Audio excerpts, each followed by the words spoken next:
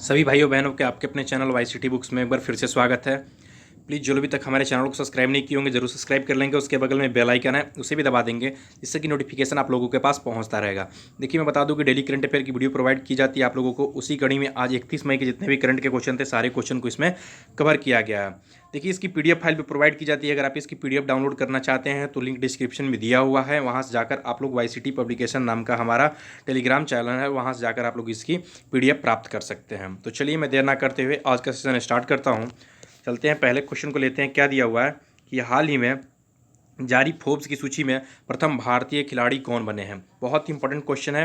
बात कर रहा है कि जो फोर्ब्स की सूची जारी हुई है इसमें प्रथम भारतीय खिलाड़ी कौन बने हैं। देखिए ये क्वेश्चन आप लोगों को पेपर में हमेशा देखने को मिलते हैं। तो बात कर रहे हैं कि कौन बना है अभी हाल में, तो एक ही नाम है इसमें भारतीय खिलाड़ी का, तो हम लोग देख ले रहे हैं विराट कोहली। विराट कोहली जो है अभी भारतीयों की जो फोर्ब्स सूची जारी हुई है, सॉरी जो वर्ल्ड की खिलाड़ियों की जो सूची जारी हुई है उसमें प्रथम स्थान किसके द्वारा हासिल किया गया? विराट कोहली के द्वारा हासिल किया गया। अच्छा, हम बात कर रहे हैं कि विराट कोहली के द्वारा हासिल किया गया, इनकी कुल मतलब कमाई कितनी रही और ये चौथे नंबर पायदान पे रहे। तो देखिए इनकी जो कुल कमाई रही वो 197 करोड़ रही। कितनी? 197 करोड़ कुल इनकी कमाई रही। और ये कौन से नंबर पायदान पे रही? ये छठवें नंबर पायदान पे रही। इंपॉर्टेंट पॉइंट है, ध्यान दीजिए। कितने नंबर पॉइंट रहे? 66 नंबर पायदान पे रहे टॉप 100 में। टॉप 100 की बात कर रहा है। अच्छा मैं बात कर रहा हूँ कि ये तो अच्छा छठवें नंबर पे हो गया और भारत में प्रथम स्थान इनके द्वारा हासिल किया गया। अच्छा रोजर फेडरर के द्वारा बात कर लें तो इनके द्वारा पूरे वर्ल्ड में जो खिलाड़ी हैं उनके में प्रथम स्थान इनके द्वारा हासिल किया गया। हालांकि ये पहले ऐसे टेनिस खिलाड़ी हैं, ये बहुत इंपॉर्टेंट बन जाता है यहाँ पे। सबसे ज़्यादा इंपॉर्टेंट, इससे भी ज़्यादा इंपॉर्टेंट ये बन जाता है कि ये पहले ऐसे टेनिस खिलाड़ी थे जिनके द्वारा क्या किया गया? प्रथम स्थान हासिल किया गया है अभी जो खिलाड़ियों की सूची जारी हुई है उसमें। ठीक है, रोजर फेडरर ये क्या है? एक टेनिस खिलाड़ी हैं, जनरली सभी लोगों को पता होगा। ये 20 बार के अभी ग्रैंड स्लैम जीत चुके हैं। ठीक है, इन पॉइंट से आप लोग रूबरू होंगे पहले से ही। बात कर लेते हैं कि रोनाल्डो के क्या इनके द्वारा दूसरा स्थान हासिल किया गया, तो ये भी पॉइंट है, ध्यान दीजिएगा। अच्छा देखिए एक पॉइंट ये इंपॉर्टेंट बन जाता है कि जो मेसी हैं हर बार ये क्या हो रहे थे पिछले कुछ समयों से, मेसी जो है प्रथम स्थान हासिल कर रहे थे। उसके पहले तो जो टाइगर वुड्स थे उनके द्वारा हासिल किया जा रहा था, लेकिन टाइगर वुड्स की मैं बात करूँ तो इस बार 7वें नंबर पर खिसक के चले गए हम। टाइगर वुड्स की इस समय थोड़ी सी उम्र होने की वजह से काफ़ी ज़्यादा खेलों में अपनी रुचि नहीं दिखा पाते हैं। और सबसे बड़ी चीज़ यही होती है ना कि जो खिलाड़ी अभी कंटिन्यू रहता है तो उसकी उस समय उसकी मतलब किसी भी पोस्ट की होती है, चाहे किसी भी मतलब प्रचार की होती है या किसी भी चीज़ की होती है, तो उसकी मांग काफ़ी ज़्यादा होती है। लेकिन धीरे धीरे जब उन लोगों का समय खत्म होता चला जाता है तो धीरे धीरे ढल जाता है। इसलिए कि एक समय था कि सचिन तेंदुलकर नंबर 1 स्थान पर रहता करते थे, इसके पहले धोनी रहा करते थे, लेकिन अब विराट कोहली हम लोग देख रहे हैं। तो समय समय की बात होती है। ठीक है, तो ये जो मेसी थे ये पिछली बार क्या रहे थे? पहले स्थान पर रहे थे। लेकिन ये क्या थे? फुटबॉलर थे, ये हम लोग जानते हैं। इसके बाद जो 5वें नंबर पे थे, चौथे नंबर पे थे वो नेमार हैं, तो इंपॉर्टेंट वो भी फुटबॉलर खिलाड़ी हैं। रोनाल्डो के बारे में हम लोग जानते हैं कि ये भी फुटबॉलर है। और रोजर फेडरर जो है अभी बता ही दिया टेनिस खिलाड़ी हैं। और विराट कोहली के बारे में जनरली सभी लोग जानते हैं कि इंडिया के ये इंडियन टीम के कैप्टन है और ये क्रिकेट खेलते हैं। अच्छा फोर्ब्स की जो जो सूची जारी हुई, महिलाओं की भी जारी हुई थी, मैंने कुछ दिन पहले ही आप लोगों को बताया था। मैं बता दूं उसमें कौन प्रथम हासिल किया था स्थान, तो उनमें नवामी ओसाका। कौन? नवामी ओसाका जो थी, ओसाका, इनके द्वारा क्या किया गया था? प्रथम स्थान हासिल किया गया था। ये जापानीज़ खिलाड़ी हैं, ये भी एक टेनिस खिलाड़ी हैं, इनके द्वारा क्या किया गया था? प्रथम स्थान हासिल किया गया था। चलते हैं हम लोग अगले नंबर पॉइंट को देख लेते हैं, अगले नंबर क्वेश्चन को देख लेते हैं। अगले नंबर क्वेश्चन क्या दिया हुआ है कि हाल ही में गोवा स्थापना दिवस किस दिन मनाया गया है। ठीक है, चाहे जाता है। तो देखिए इंपॉर्टेंट जो है इसका, देखिए बहुत यहाँ से 2-3 क्वेश्चन काफ़ी ज़्यादा बनते हैं, आप लोग देख लेते हैं, हम लोग देख ले रहे हैं, सॉरी यहाँ पे कितने क्वेश्चन बनते हैं। तो गोवा स्थापना दिवस की जब हम बात करते हैं तो ये 30 मई को मनाया जाता है। क्यों 30 मई को मनाया जाता है? ये इंपॉर्टेंट पॉइंट बन जाता है। तो देखिए 30 मई 1987 को, कब? 30 मई 1987 को हम लोग गोवा को पूर्ण राज्य का दर्जा दिए थे। ठीक है, गोवा को पूर्ण राज्य का दर्जा 1987 में 30 मई को मिला था, इसलिए हम गोवा की स्थापना दिवस मनाते हैं। लेकिन एक बार सबसे ज़्यादा जो क्वेश्चन पूछा जाता है स्थापना दिवस, ये वाला क्वेश्चन कम देखने को मिलता है, लेकिन हम लोग जब देखते हैं जो डेट, वो 19 दिसंबर को मिलता है। ठीक है, 19 दिसंबर 1961 को, 19 दिसंबर 1961 को क्या हुआ था? गोवा की मुक्ति हुई थी। किससे मुक्ति हुई थी? पुर्तगालियों से मुक्ति हुई थी, करवाया गया था।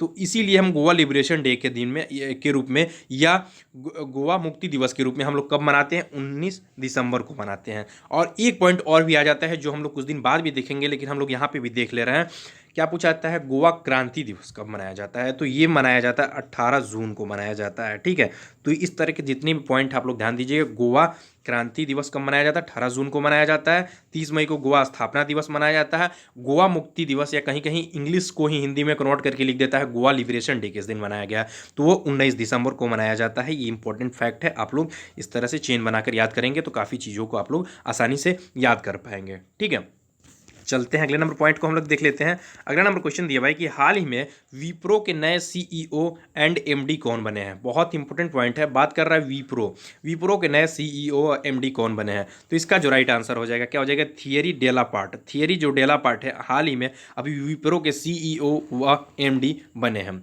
अच्छा, बात कर लिए हम तो थियरी डेलापार्ट के कि अभी हाल ही में विप्रो के बने हैं। अच्छा, विप्रो से कुछ पॉइंट आप लोगों को यादें आ रही हैं कि जो लोग पीछे की वीडियो देखे उनको पता होगा। विप्रो 3D के साथ अभी डीआरडीओ के द्वारा एक समझौता किया गया था फुल फेस शील्ड मास्क बनाने के बारे में। इतना इंपॉर्टेंट नहीं है, लेकिन ये चीज़ें जाननी बहुत हम लोगों को इंपॉर्टेंट हो जाती है, शायद पेपर में पूछी जा सके। तो विप्रो 3D मास्क फिर फुल फेस शील्ड मास्क बनाने के लिए डीआरडीओ के साथ समझौता किया गया था विप्रो का।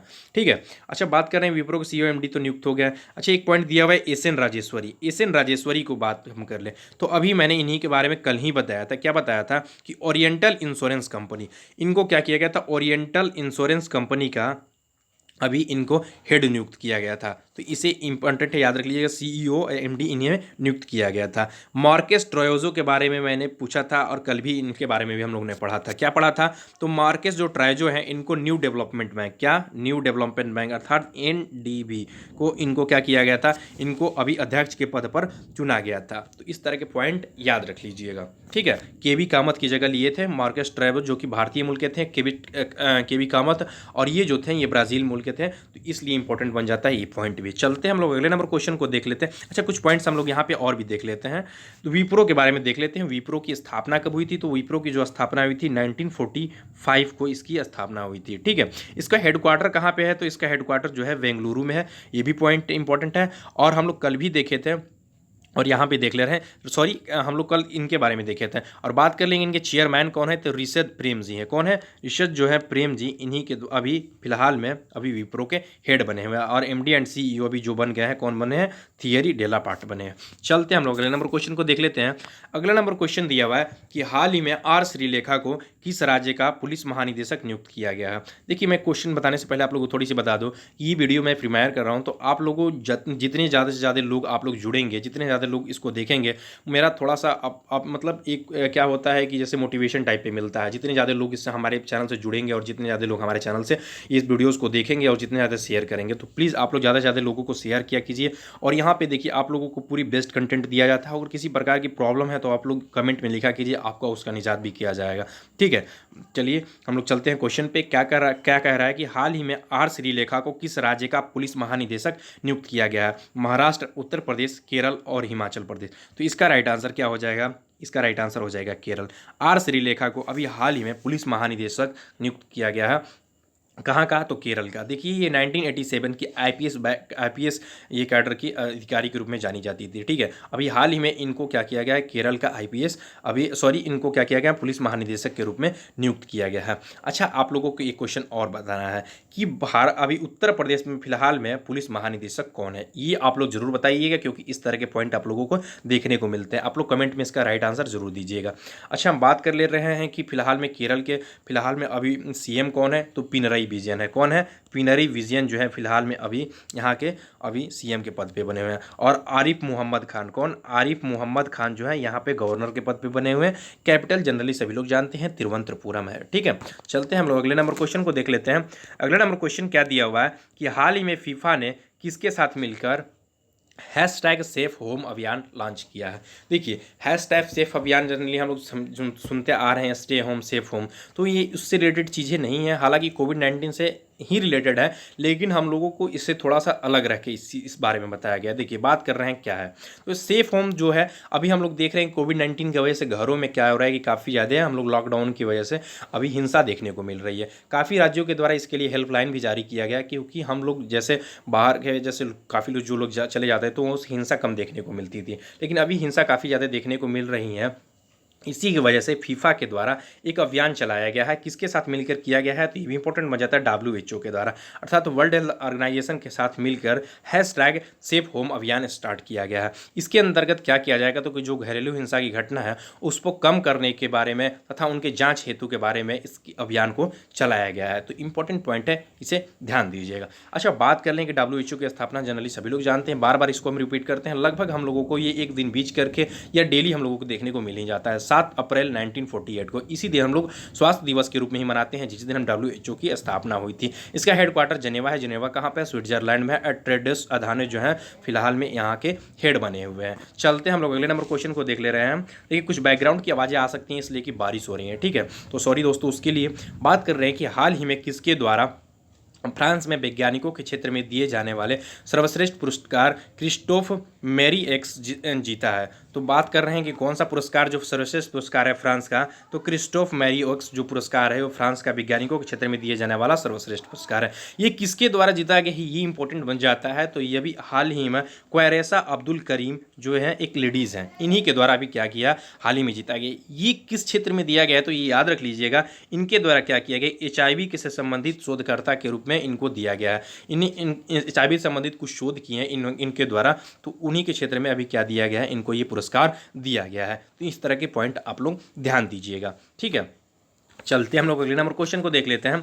अगला नंबर क्वेश्चन क्या दिया हुआ है कि हाल ही में किस राज्य सरकार के द्वारा राज्य स्वास्थ्य रजिस्टर परियोजना शुरू करने का प्रस्ताव रखा गया है। पूछा जा रहा है कि किस राज्य सरकार के द्वारा राज्य स्वास्थ्य रजिस्टर परियोजना शुरू करने का प्रस्ताव रखा गया है। तो इसका राइट आंसर हम लोग देख लेते हैं। इसका राइट आंसर जो हो जाएगा कर्नाटक हो जाएगा। अच्छा, ये राज्य स्वास्थ्य रजिस्टर होगा क्या, तो इसके अंतर्गत जितने भी राज्य से संबंधित उस राज्य के अंदर जितने भी लोग होंगे उन सभी लोगों का क्या किया जाएगा, डेटा कलेक्ट किया जाएगा कि इनकी स्वास्थ्य की क्या कंडीशन है। हाँ, मतलब छोटी छोटी जगहों का भी जो डेटा है वहाँ से कलेक्ट किया जाएगा, उनमें सुधार करने के लिए, चाहे ये कोविड-19 से संबंधित हो चाहे किसी प्रकार की बीमारी से संबंधित हो, तो वहाँ पे इन सब संबंधित जो चीज़ें हैं उसको डेटा कलेक्ट किया जाएगा और इसी के अंदर रखा जाएगा। इसी के लिए अभी जो परियोजना शुभारंभ किया गया है राज्य स्वास्थ्य रजिस्टर, ये कहाँ पे किया गया है, कर्नाटक में किया गया है। बात कर ले हैं कि हम फिलहाल में ये इसके फिलहाल में कैपिटल क्या है, तो कैपिटल जनरली हम लोग जानते हैं बेंगलुरु है, ठीक है। और बीजू भाई वाला यहाँ के गवर्नर है और CM कौन है, VS येदियुरप्पा है। कौन है, VS येदियुरप्पा CM है और गवर्नर कौन है, बीजू भाई वाला है। चलते हैं हम लोग अगले नंबर क्वेश्चन को देख लेते हैं। अगला नंबर क्वेश्चन दिया हुआ है कि हाल ही में IOC, बहुत इंपॉर्टेंट पॉइंट बन जाता है IOC। देखिए इससे संबंधित पॉइंट हम लोग कल भी पढ़े थे, लेकिन बात कर ले रहे हैं हम इस क्वेश्चन की। IOC अंतर्राष्ट्रीय ओलंपिक समिति के द्वारा किसे चैनल कमीशन का सदस्य चुना गया है। बात कर रहा है कि अंतर्राष्ट्रीय ओलंपिक कमीशन का अभी चैनल कमीशन का सदस्य किसे चुना गया। जो लोग कल की वीडियोस देखेंगे उनको कुछ पॉइंट्स आप लोगों को पता होगा। नरेंद्र बन्ना को, किसको, नरेंद्र बन्ना को अभी हाल ही में क्या किया गया है, और अंतर्राष्ट्रीय ओलंपिक समिति का चैनल कमीशन का हेड चुना गया है। अच्छा, बात कर ले रहे हैं कि नरेंद्र बन्ना है क्या, तो याद रख लीजिएगा IOA, ये देख लीजिए थोड़ा सा IOC और IOA में काफ़ी ज़्यादा डिफरेंस है।